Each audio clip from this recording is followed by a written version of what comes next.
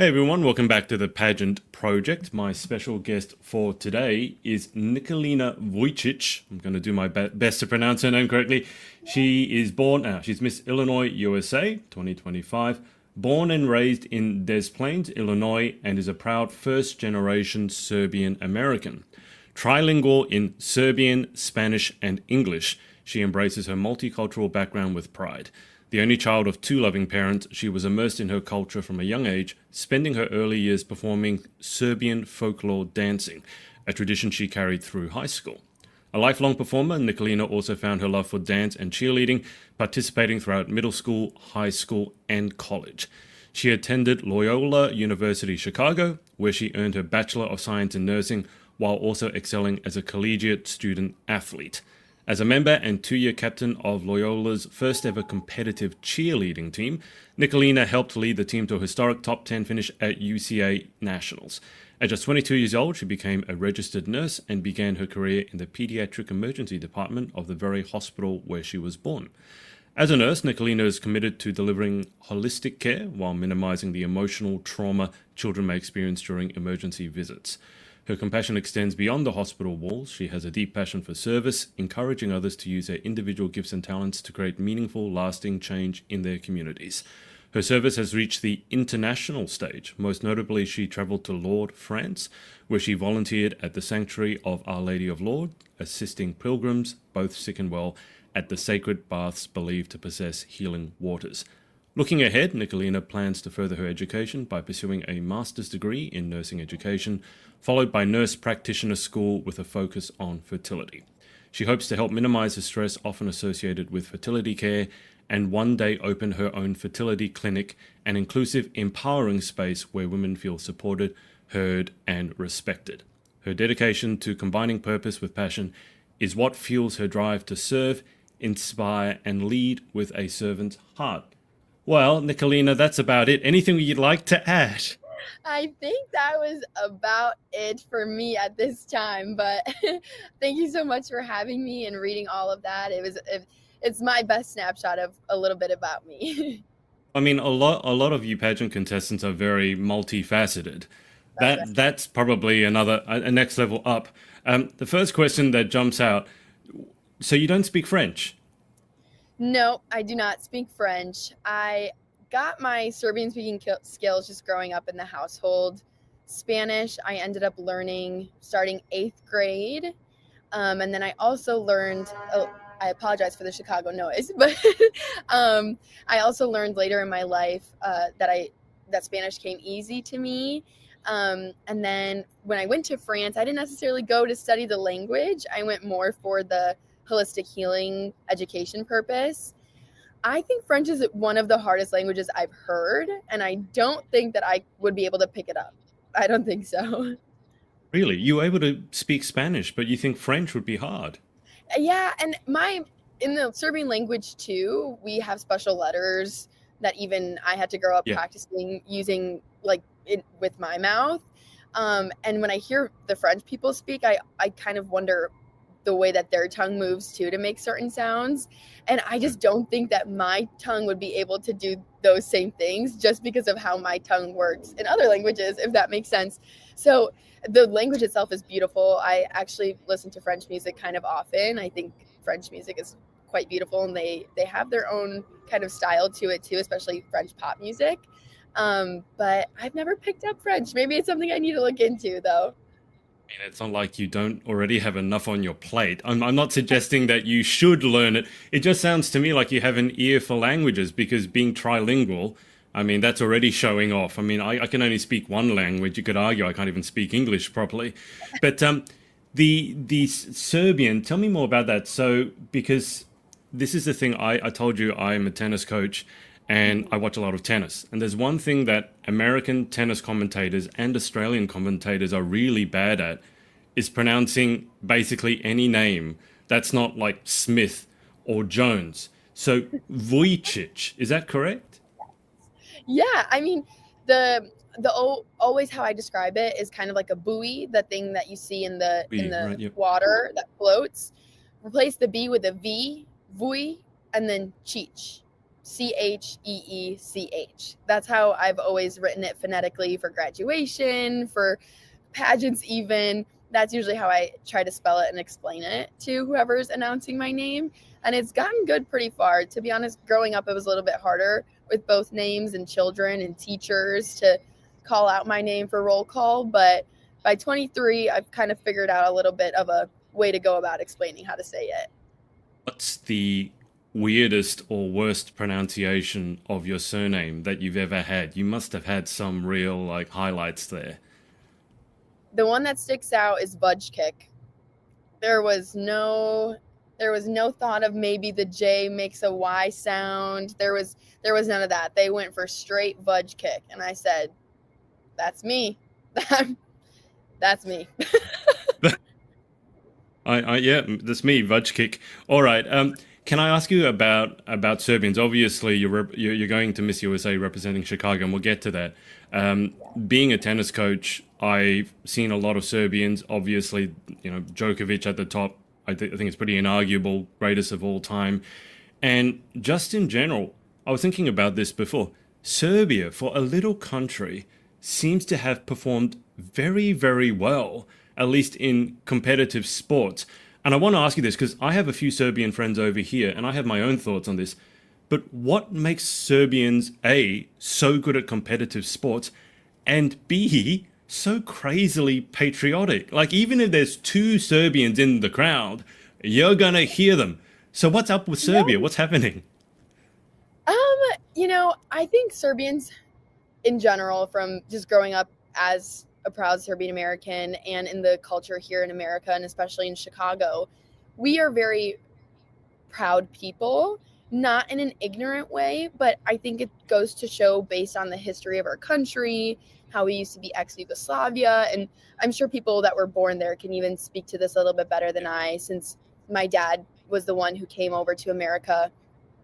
But I think the pride just starts from the history of the country and how proud we are to be where we are and just have that in our heart.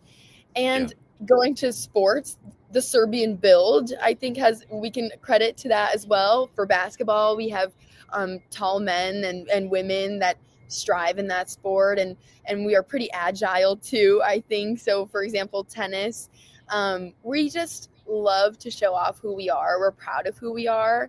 And I think that started way beyond my time, my father's time, my grandparents' time. I think it's just embedded in the Balkan culture, especially the Balkan Peninsula. We all, I think, are like that. So I hold that close to my heart too. I wear my nationality straight on my chest, when I walk into a room, who I am as well. So it definitely gets passed down the line, and I love that part about myself, and I think it's something that makes me unique. And to be completely fair, in the context of pageants, I don't really know many Balkan winners even, let alone Serbian winners of Miss Illinois USA, of Miss USA, of any other big pageant system. So that it is definitely something I hold close to my heart, being that I've already gained recognition and support from abroad, and even as close as my hometown. There's so many Serbian people reaching out, congratulating me, and excited to see someone like them on that stage. Do you have any particular Serbian role models, people you look up to? As I mentioned, a tennis coach, so Djokovic, Jankovic, Ivanovic, all the itches. Do you have any that you particularly look up to? Not so many females, actually. And I think that's just because there's been males that kind of made headlines before a woman did. Not to say that there's not time for a woman to. I absolutely am excited for someone to reach that global context in the way that Djokovic and Jokic has. But Djokovic was the first person that kind of put my country on the map here in the US, right? So when Djokovic started being number one, then people kind of recognized, oh, Serbia, that's not Siberia. That's where Djokovic is from, So he was the first one that kind of helped me be seen and kind of understood of my Serbian culture. And that was really exciting for me. So it would be my absolute goal. Here's a fun fact too. Djokovic threw the first pitch at I believe a Yankees game the same week that I threw the first pitch at a Cubs game. And the excitement that the Serbian community had for that was incredible. Yeah. So if we could do that the same week, I'm hoping that we can end up in the same room at some point. And I would like to thank him for everything he's done for all Serbian people. So this is me putting it out into the universe. He's an amazing ambassador for your country. It's funny, Serbia not being Siberia. We often joke, Australia's not Austria. Sometimes Americans, especially the ones who haven't been out of the country, they don't really know about the outside world, which does exist. How did your first pitch go? It was incredible. I was practicing a lot leading up to it. I'm like you mentioned, I am a nurse, and since I've won, I've been on night shift predominantly. I'm still working full time, and at night it would be like little after, maybe not during the shift, but after the shift there'd be a quick lull before we all head home, and all my coworkers would make sure they say, let's practice this 60-foot pitch before we go. We got to make sure we're hitting the mark. So when I threw the pitch, it made it to the home base, and that's all that mattered to me.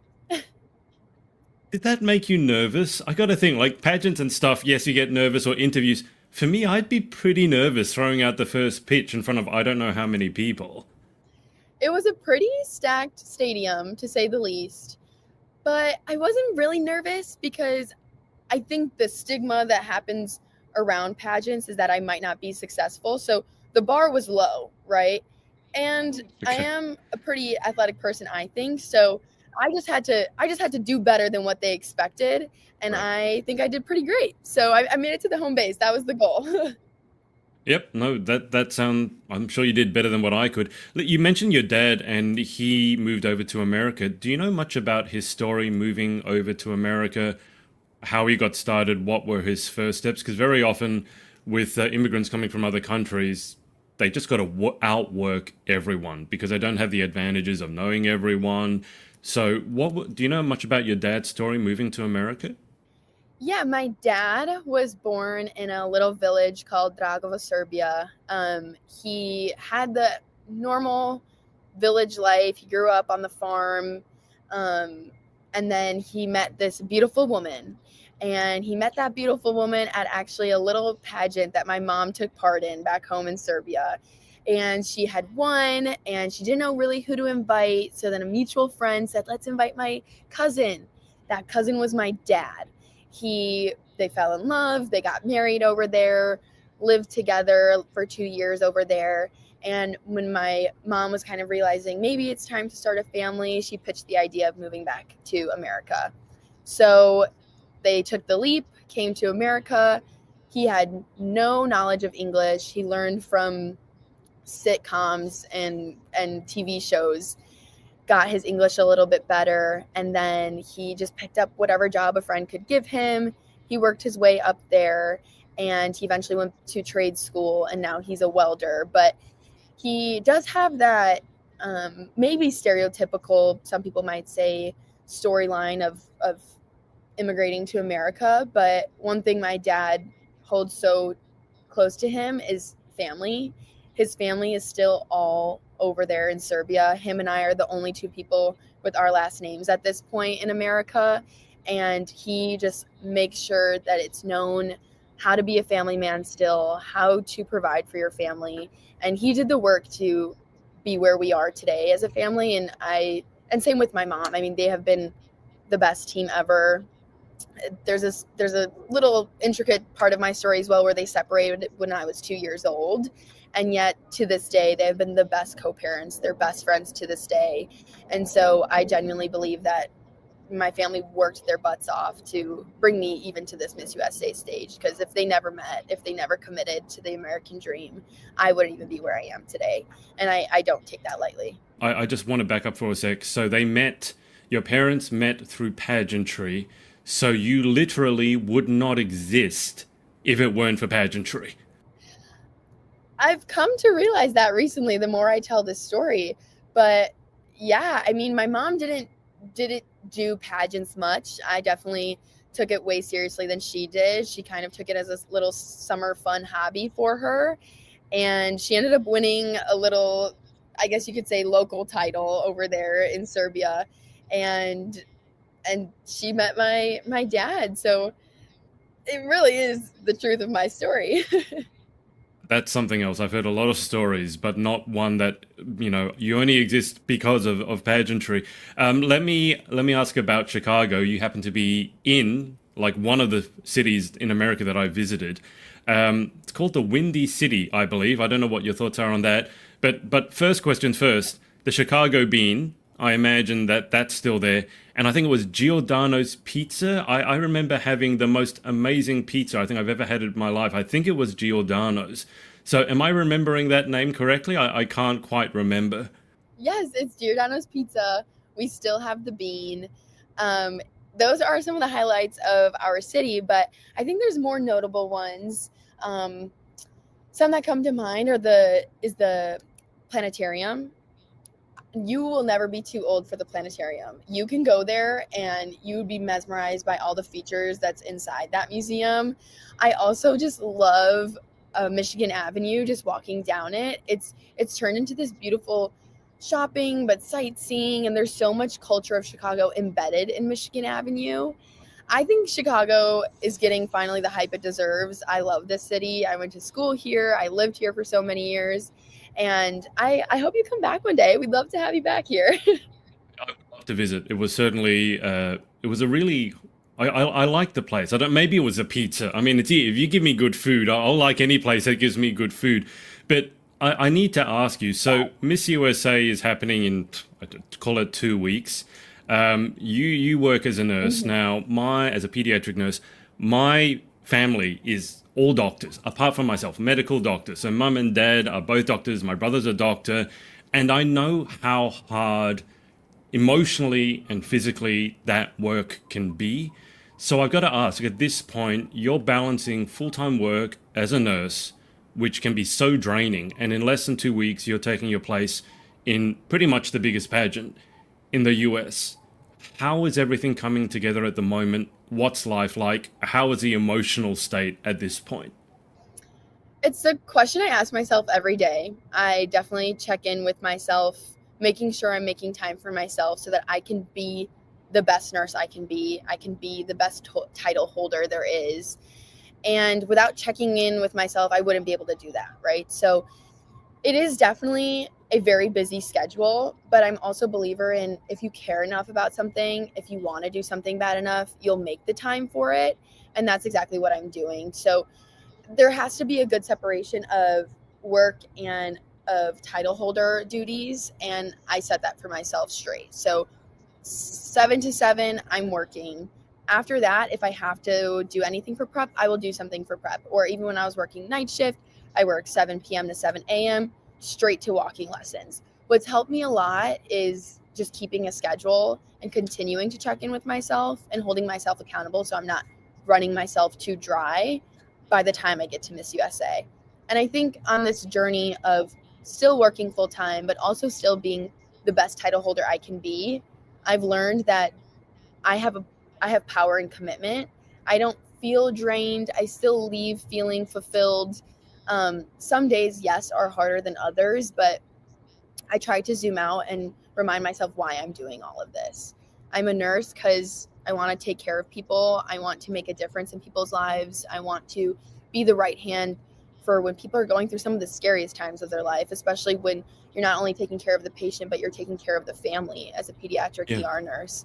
And as a title holder, I'm able to achieve those relationships outside of work and making sure that I'm going into my community. I'm making a difference in my community that also relates to my work. So it just comes down to being passionate about what I'm doing, and then it's not hard if you're passionate about it, if you care about it. So I just try to keep that true to my heart and remind myself why I'm doing all of this. And I'm very aware that this is only going to happen for a certain amount of time. And so I hope to just utilize my time as much as I can and make a big impact. Talk to me more about being a pediatric ER nurse. So, there are many different professions within the health field, but I mean, it says a lot about you that you are working that particular field. And I already said, being a doctor, being a nurse, being in the healthcare system in general, as you pointed out, it's not just the patient, it's the family. sometimes the family needs more work than the patient, because the patient, the doctor's taking care of whatever. But then the family, and you understand this, if you've ever been to, a hospital because a family member's in there, you are scared out of your brain. Like, you're scared out of it. You don't know what's going on. You just need someone to talk to you and explain in simple English, here's what's going on. It's going to be okay. But working in the field that you do, you need to describe to me, I think, what that's like emotionally. Because to want to work in that field and enjoy it, you have to be a people person. You have to be a giver. But you also have to be so empathic yet emotionally resilient, because otherwise you would never make it. Yeah, especially in the ER, I think you have to know how to differentiate empathy and when you need to put the hat on of I need to take care of this patient. But I mean, I already look forward to going back to school and kind of studying the dynamic of teamwork in the healthcare setting, because you need to know what's your place in those moments. In the ER, we can see such scary things, life-threatening things, but we can also see a simple cough that just means you have the flu, right? So it's really about knowing what hat you're wearing in that moment and executing it to the best of your ability. You will never have the best day of your life if you're not looking for it, I think, in the ER. And I'm not saying I go to work every day and I'm like, this is the best day of my life. Sometimes there's going to be patients that are really sick or things you've never seen, and you have to be able to adapt. You have to be able to say, how can I critically think through this problem? How can I look for the resources that will help me think through this problem? And how can I lean on the people around me to achieve the end result of helping out this person? And the interesting part about my story too is I started when I was 22 years old. I've gained my year anniversary on September 9th of being a nurse. In some situations, I'm closer to the age of my patients than I am to some of my coworkers, right? Because we take care of people up to almost 18 years old. And sometimes I find myself having to maybe prove myself to patients' families. They think I'm pretty young, or they're just not expecting me to be the nurse, maybe the tech that helps the nurse. And so there's also that ongoing battle of, I entered such a specialized unit straight out of school that not only am I learning skills, not only am I perfecting skills, not only am I picking up who I am as a nurse myself, but I'm also just exploring what this whole career is in of itself. So I cannot be more grateful for the year I've had working. I can't be more grateful for where I started my job. It's a continuous learning curve, but that was something that I seeked in my career, is to continue learning, to continue pushing my brain. And nursing does that for me. And I'm excited to go back to school and expand on my skills and see how far I can take this, for sure. I think what's really interesting about what you just said, there's quite a lot of crossover between, being young and in the nursing field, and then also in pageantry, where if you're young and you're, good looking, you're not taken seriously. It's like, oh, she's young and pretty, she must be stupid. And I'm like, well, hang on. Those two don't have to be mutually exclusive.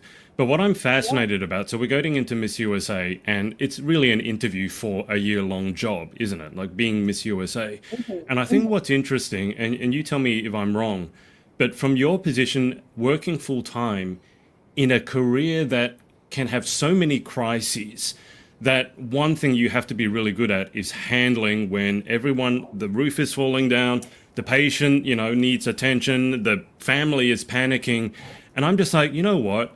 I think that would make you a really good candidate for Miss USA, because we know that you're going to be able to handle those pressure situations, compared to what happens in the ER, if your nail breaks or your dress splits, to be like, I've seen a lot worse than that. So, I mean, that's just my thinking. Yeah. Am I on the right track here?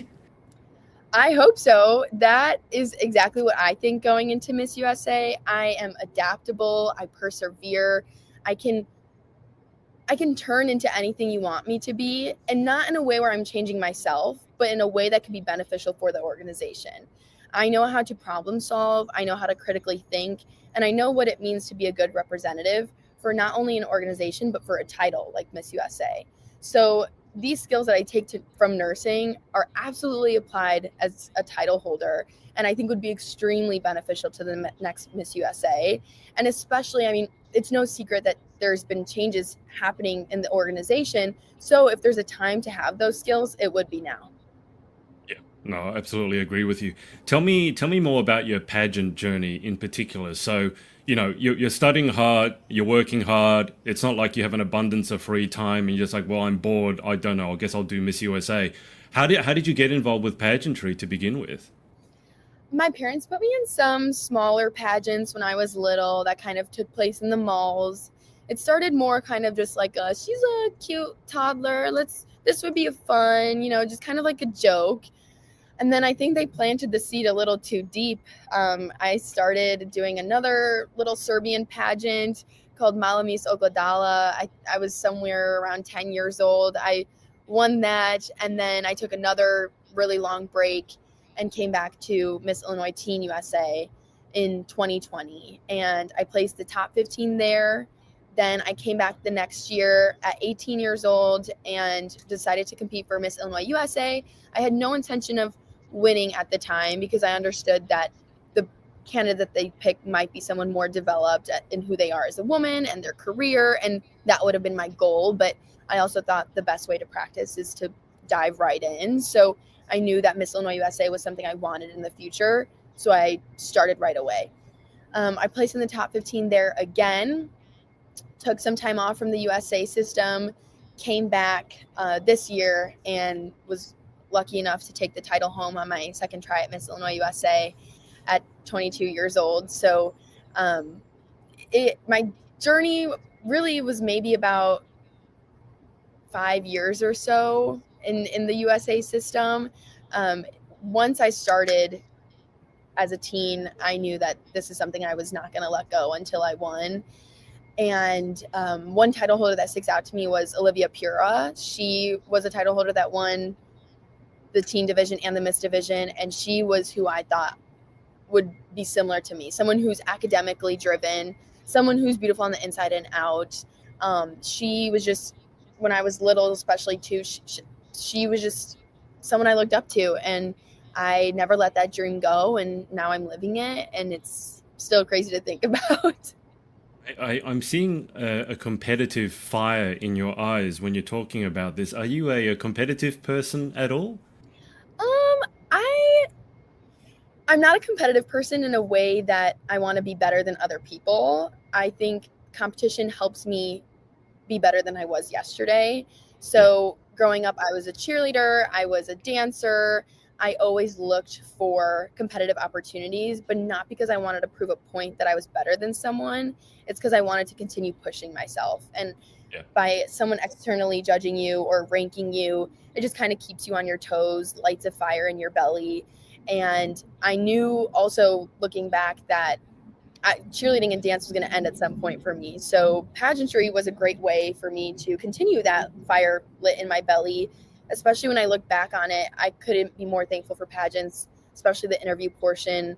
I accredit those practices to getting my job out of school. And swim, I mean, I talk about mental and physical fitness. The swim portion, I remind myself that not only do I need to look my best, but I need to feel my best on that stage. Yeah. So that's where I incorporate the mental fitness in it all. And then evening gown, I mean, I can't say that it's not the best feeling in the world to stand on that stage, so poised, so graceful, in this beautiful gown that you worked on or you worked for. And it just is a reminder of how I want to carry myself. I want to carry myself with poise and with grace in everything that I do. So pageantry, when I look into it, it just really encapsulates who I am as a woman today. And still to this day, I think pageants hold a certain rep of, beauty pageant. But yes, they're judging you for what you look like on stage, but I've also worked on myself inside Yeah. this whole journey these past 5 years. And I hope to spread a light on that a little bit more throughout my journey this year. I could be wrong, correct me if I am, but did I see that you recently went to a dress store and picked up something in a dress hanger bag? Was that you? Um, like my evening gown was sent to me. I didn't pick up anything recently. Right. Okay. But in terms of preparation, how is everything going at this moment? Because Miss USA was kind of touch and go for a moment, and obviously you already mentioned there have been, very obvious changes, hopefully for the better. But in terms of preparing, especially when you have a full-time job and one that's as demanding as working as a pediatric ER nurse, when you finally know, oh, I am competing, how easy was it to switch into that competition mode and get everything organized? Because there's the gown, there's the shoes. Was it easy for you? Or was there a bit of a last minute panic? Or was it excitement? Hey, this is actually happening.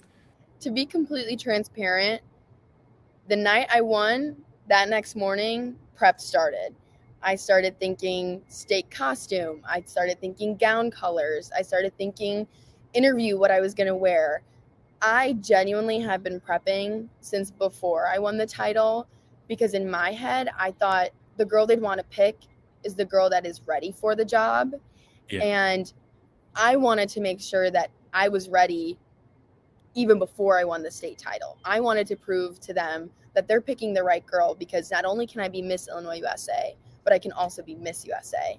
So I hit the ground running. I practiced with our coaches. I started thinking gown, everything. I started thinking of everything. And yes, certain things will fall, into place as you get there. Wardrobe specifically, I guess, for the whole week is maybe the one thing that I'd kind of been struggling or getting to last minute, just while we find out what events we're going to have and what things we should or shouldn't be bringing.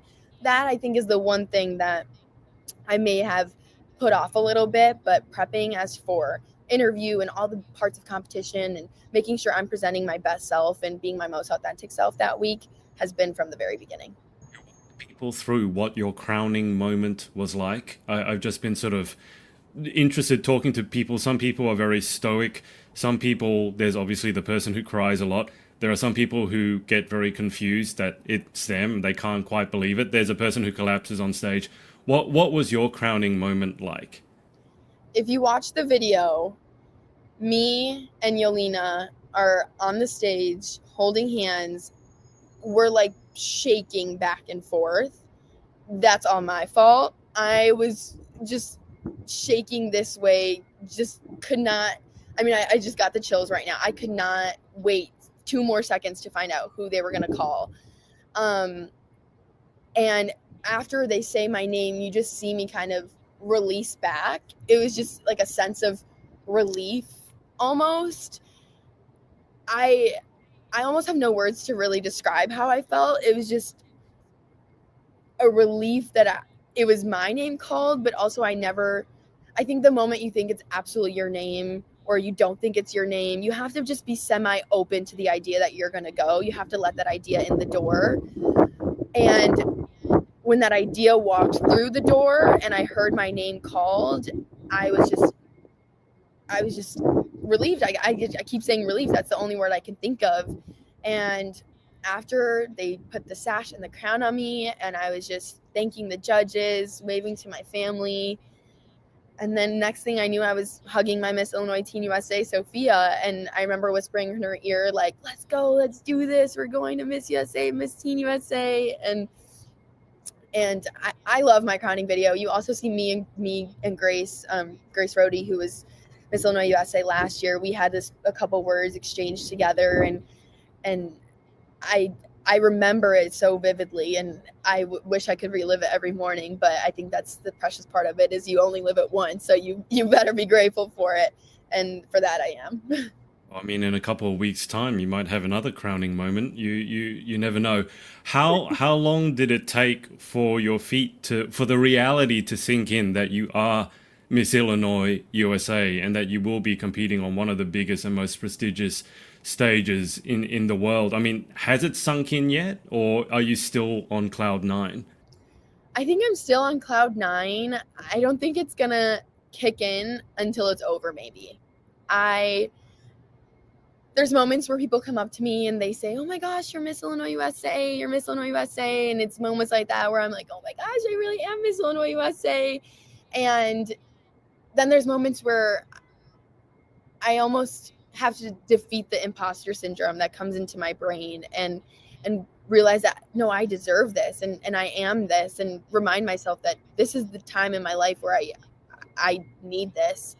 And I think I won't fully believe it until it's over, just because I don't want to anticipate it being over, or I don't want to have that over come into life too soon. So it's just about being thankful and being where my feet are. I don't think you want to be thinking about it being over just yet. I mean, it's really only just beginning, so we won't think about it being over just yet. Can I ask, did the people in your workplace know that you were competing for Miss Illinois USA? And no, because if you walk in there with a crown and sash, there would be some kind of reaction. I definitely didn't lead with it in my interview. When I interviewed, I didn't know that I was actually going to compete for Miss Illinois USA at the time. And then when I started working, I again didn't really mention anything, just because I also didn't want people to get too invested or kind of set a tone for me before they really got to know me. And then once I was kind of getting closer, around like 3 weeks before I went to go compete, things started getting a little bit busier with prep, and I asked for more switches of working shifts. And then by the time it came to it, I let some of my closer friends know that I was competing, and then the word got around and I won. And the first place I went after was the hospital to do a visit at the inpatient units and to go see my own ER and visit those patients there too. So they have been extremely supportive. Staff, management, everyone, even the whole children's hospital has been on my side and rooting for me, which I did not expect that love and support initially, just because I'm still so new and I didn't know what the dynamic would be, but I'm very grateful for everyone there in this journey and how they've gone with it through it with me. What's been the most exciting thing you've gotten to do as Miss Illinois USA, or what's the most exciting plans you have for your year as Miss Illinois USA? I'm excited for future plans of traveling back to Lourdes, France to take part in volunteerism over there again. They already have my name on the list. I'm excited to go back as a title holder. One other thing that's already happened was the Cubs pitch I talked about earlier. That is something that everyone was so excited about, my family, my friends. I didn't realize how big it was until after I did it. So that was pretty cool. And I really think it's the small moments of a title holder that I end up remembering longer. So just seeing someone on the street while I'm getting ready, recording footage for Miss USA, and then telling me their story about pageants and why they care, or them being committed to the Miss USA organization, it just goes to show the weight that the title has itself. And it's those moments that make me smile every single day. Can we discuss future plans just for a sec? Obviously, in a couple of weeks you might have another job offer, and we need to take that into consideration. But you mentioned a couple of things in your bio that I went through at the beginning. Where do you see yourself in a year's time, 2 years' time, 5 years' time? In the context of my career, I do want to go back to school for being a nurse practitioner or some sort of education in being an educator as a nurse as well. I have a soft spot for fertility, and not because I have any personal experience with it. I have a personal experience with women and their femininity, and understanding that part of being a woman and part of feeling feminine are things that talk about fertility, right? So that's something that has been getting harder and harder for women. And I see it firsthand, especially in nursing school, and especially with the parents at work. They come with their child who's sick, and they remind me that they're sick and they want to get better, or if they had a journey with fertility, it's everything that they've hoped for, and I need to take care of them. So that is a goal of mine as well. As for title holder, I am excited with the hopes of becoming Miss USA one day, and really want to extend the name of Miss USA into the household once again, and bring that up and remind everyone that this is a household name and it does carry a lot of weight, and show that pageantry is amazing and it can continue on into something incredible that Miss USA is. We all know Miss USA, like you said earlier, is a prestigious pageant that people strive to be a part of one day. And I want to ignite that fire into women everywhere and remind them that I too am a multidimensional woman that they can be just like, and the journey just continues on. So ideally, if I'm blessed with the opportunity to be Miss USA, then that means it'll be Miss Universe. And it's just all about making it a global impact. I already have tried in the years leading up to this opportunity to have that global impact. So having a platform like this will just help it even more. You're going to be busy no matter what. Is basically what you're saying. With fertility, I think it's becoming a huge issue in modern society because, I mean, you speak about femininity, and I've, my coaching with my private coaching clients, that's a big deal that comes up because very often femininity in our current culture is not valued as much as the masculine, competitive, got to do this, got to win. And that femininity is not really valued as much as I think it should be. Mm-hmm. And then women working longer and longer into their, well into their 20s, into their 30s, and then they want to try having a baby, and it's harder the later that you try. So going into fertility, that's a huge potential issue for our society moving forwards. Yeah, there's one story that stands out to me on the topic of femininity and knowing how much it weighs on someone. During nursing school, there was a woman who had just had a double mastectomy, and in nursing school, you can't do much, but there's a lot that you can do. And this is when I realized it. I went to go just do her normal vitals, something that seems pretty easy, routine. And I noticed that she was so down on herself. And I couldn't help but kind of dive a little bit deeper, ask her how she's feeling.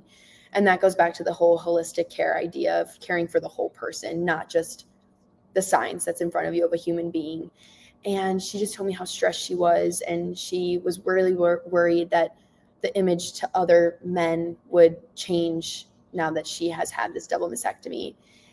And my next best thing I could do was ask if I could brush her hair and wash her hair. I noticed that no one had done that since she's had the surgery. It was just in a messy bun. And I knew that hair is part of femininity for some people. And so I took advantage of that moment. I washed her hair, I brushed her hair, I braided her hair. And in that moment, I realized femininity goes a long way in a woman's confidence. And that looks different for everyone, but that just goes to show that even the little things can mean so much. And what isn't necessarily a nursing skill of combing and brushing and washing hair, it's what I wanted to bring as a nurse once I became one, looking at the patient for the whole person. How can I fix the problem at hand? Yeah, I don't think the brushing and washing of the hair is taught in nursing school, is it? Last time I checked. Nope, but I can still do it. I think it's what you said. We had a charity over here in Australia, and it worked with homeless women, but women who were homeless primarily because of domestic violence. And what they did was they would give they took donations of soap, bath bombs, little things like that, and they would give them to these women who were homeless living in shelters. And as from the outside looking in as a guy, I was like, but surely they would want food or something like that rather than those products. But what I failed to understand was how much that meant to those women who were going through such a hard time, very often with young children attached. And just that moment to not clam up, but just to feel themselves again, it was so moving to them that they would get like a bath bomb and they would break down in tears. And I think that's something that's really critical to understand, is that it's not about being vain. It's not about being surface level. You want to feel yourself. Yeah. You want to feel feminine. You want to have a glow. So I think that's what you're speaking to. Yeah. And everyone has a different way of going about that. And when we compare female to male, them getting a new set of golf clubs, that could be the equivalent to a woman getting a new bath bomb. We all have our way of how we go about feeling ourselves.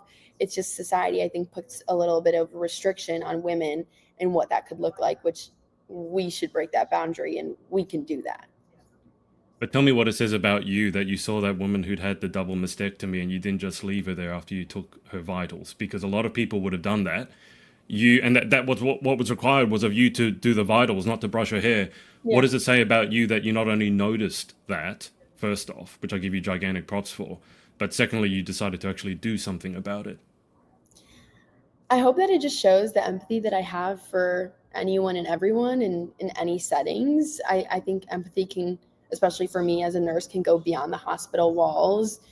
I've done a lot of my work as a title holder with children, being that I felt like those were the most formative years of my life. And I think that because of the experiences I had as a child, that's what brought me here today. And so just expanding that empathy to children, letting them ask me questions or hearing them out, because if you ask a kid how they're feeling, they will tell you. They will tell you they will tell you in Yeah. their own way.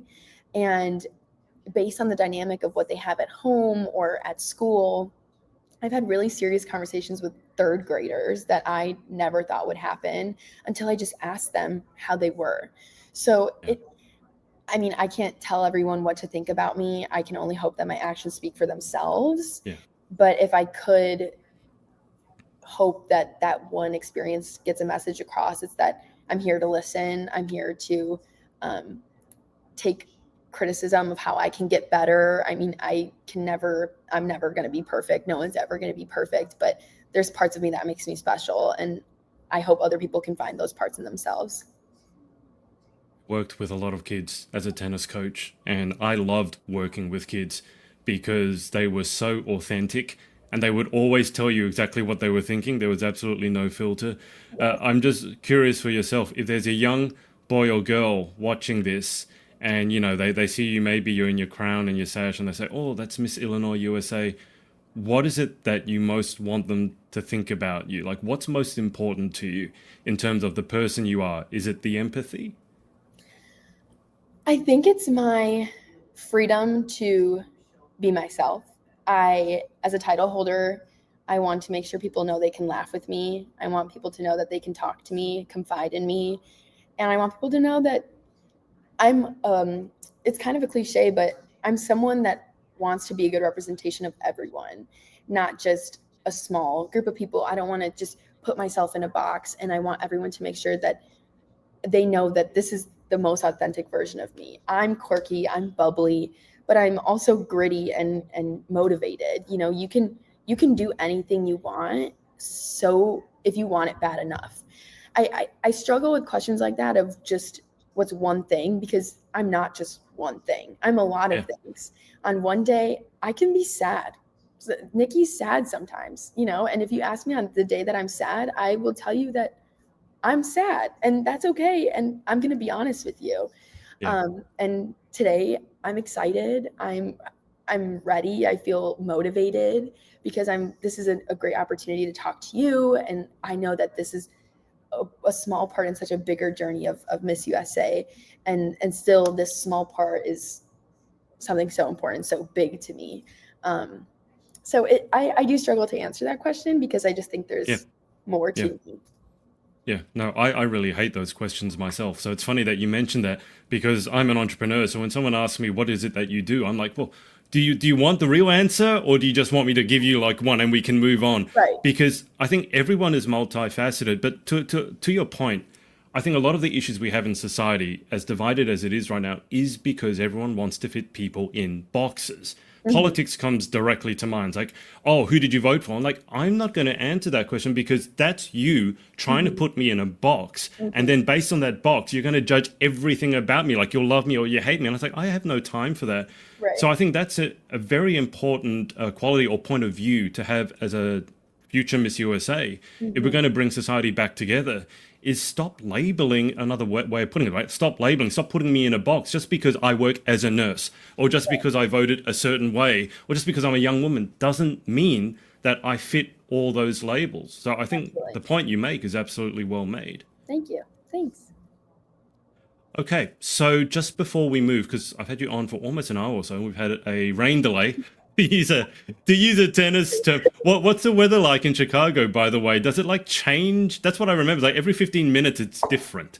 Exactly. And it's October and we're still in the 80 degrees. But if you asked last year, it could have been snowing during this time. So I struggle to predict the temperature or the weather. I just go with the flow. Are you a summer girl or winter girl? I'm a summer girl. I was born in July. So I love the beach, Oh, but I can also really appreciate the fall. I love fall things, but I don't like Halloween because I don't like being scared. I thought you were going to mention pumpkin spice lattes. All right, most people are Halloween mad. I need to ask you, when's your birthday? What day in July? July 21st. Oh, I'm 26. I was hoping that you somehow be birthday twins. Almost there, but not quite. So you're a fellow Leo. I'm a Cancer. I'm on the cusp. Right, that's my bad. I don't know anything about horoscopes. Almost had the same birthday. But Nikolina, just before we move to the final 10, is there anyone that you want to give a thank you to or shout out to for supporting you along your journey? I want to thank everyone that has come with me from before winning to going into Miss USA. There's been lots of people that have had faith in me before I had faith myself, and it's with them that I have been able to accomplish this goal. I'm also an only child, so I take my relationship with my parents very seriously. I love you guys. I wouldn't have been able to be here without you guys. And I just want to thank you too for having me. I think it's really important to have impressive conversations and talk to other impressive people. And you have been amazing to talk to today. So thank you everyone for even watching and following along my journey. And I hope to make everyone proud that's committed to this journey with me. Go out on a limb here and say the people who matter, you've already made them proud, Nikolina, so I wouldn't be worrying about that. Let's go through these final 10 before Tornado goes through the Windy City. Number 1, what is your favorite word? Effervescent. I think it's one that describes me and also sounds like the meaning of it. Effervescent. Bonus points. Do you want to try spelling that one? EFERVESCENT.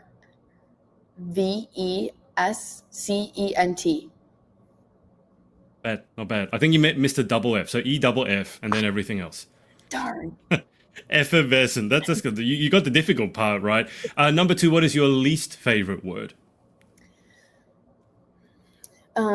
Damp.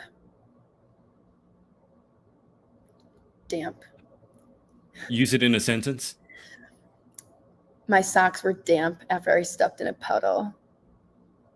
You have a very particular look on your face when you use that word. I will say wet socks are the worst feeling. I don't know what it is about wet sock or damp socks. Exactly. They're just terrible. Exactly. All right.